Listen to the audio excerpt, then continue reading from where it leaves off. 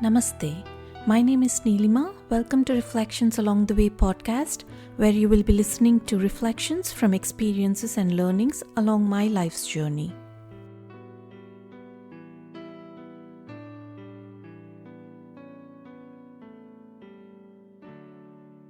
So, why are we unable to enjoy the present moment? I found that one big hindrance that we are actually not able to enjoy the present moment is that we are not in the present moment. Most of the times, our mind is thinking about either the past or either the future, or either questions like why someone behaved in a particular way with you, or why you behaved in a particular way with someone, or if you did something right or wrong, or if did you give your best in that job that you did, or did you get the promotion that you wanted, did you buy the house that you wanted, all these questions. And then these questions, they turn into actions and reactions that are not conscious also, because when we are doing work in the present moments, we are thinking about something else. So of course the actions are not also very conscious and clear. Then again, because they are not clear, the results also will not be so good. So the results again make us question, and then on this cycle keeps on going, I feel. And most of these questions are not based on truths. They are based on assumptions, they're based on guilt, they're based on anxieties, fears, etc., all sorts of things. Sometimes we might be thinking about the past also, like it could be even pleasant memories, and we're just like, this was so good, and you're always thinking about that vacation that you went to, and then what happens is you feel like you want to go there again, and that's not practical. Your home is home, and then you go to vacations only sometime then.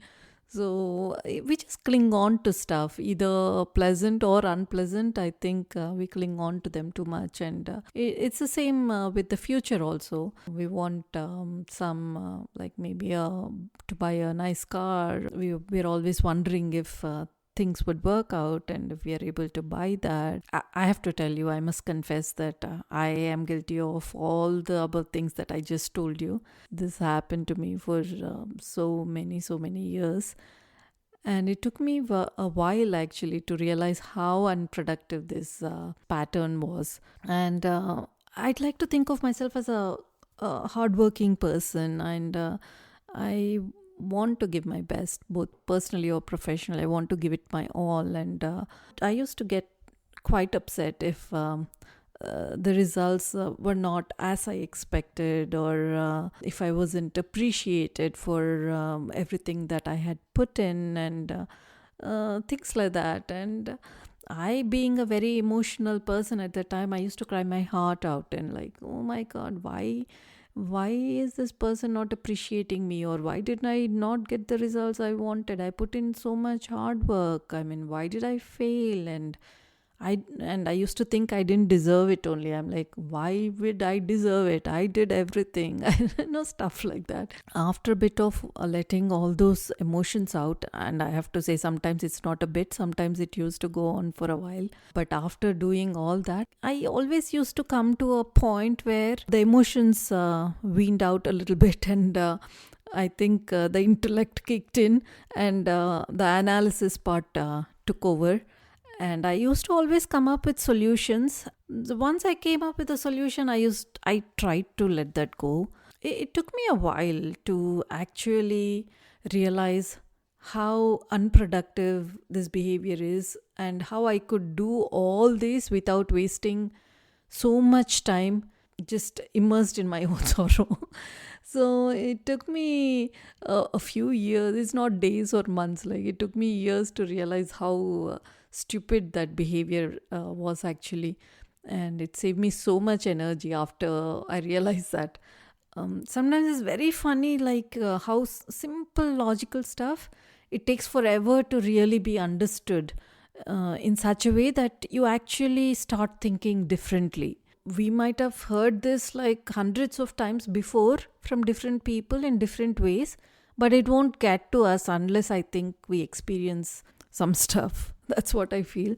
it should be experienced, or it should be like really, really intellectually understood properly as to what the causes and what the effects are, and stuff like that. A lot of times our energy, our life energy, is so focused on what did not, or what might not, or what did, or what might go right, that we don't actually give it all that we have when we are performing some task, because we're always anxious about the desired results, and or we are worried about something that didn't go right the last time we tried it, or something like that.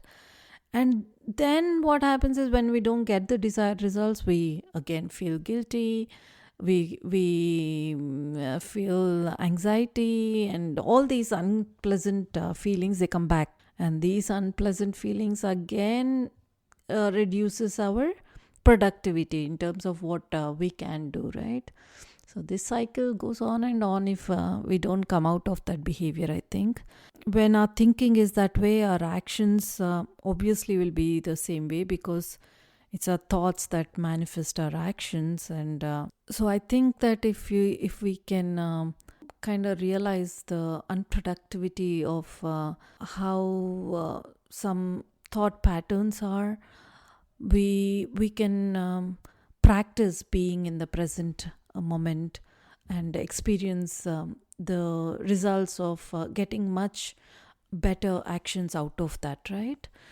And of course, this doesn't happen magically, I think, and like everything else, there needs to be practice, and the mind has to be trained to think in a certain way, so that we're not bothered about all these past anxieties or future expectations and such feelings like that. Some of the things that helped me to kind of practice this was, the first and foremost, it was always remembering that I only have today, or I only have this moment. I mean, practicing moment by moment initially might be a little difficult, but if we can remember that I only live today and I have today, then I think we will use our time much more effectively. I feel that happens automatically when we have this attitude of how important today is. And the next thing was gratitude. Gratitude played a very important role in terms of how I was able to overcome some of these, right? I mean, gratitude for everything that I am fortunate to have, and just getting that perspective that my problems are so small compared to so many bigger problems that people are facing. I mean, like, the problems that I have are nothing really. I am so fortunate to be living quite comfortably. I have the food I need, I have shelter, I have all the clothing I need. I have beyond all those, actually. So just practicing that sense of gratitude, I think, also helps a lot. I think the next most important thing is taking responsibility for actions. There was a phase in my life when I did take responsibility. I understood what I did and what I did not was wrong. But at the same time, I don't think I took on complete responsibility. I thought that they were these actions done by other people that made me react in a certain way. That is why I was impaired in doing some stuff that I couldn't do. And that was not helpful, actually.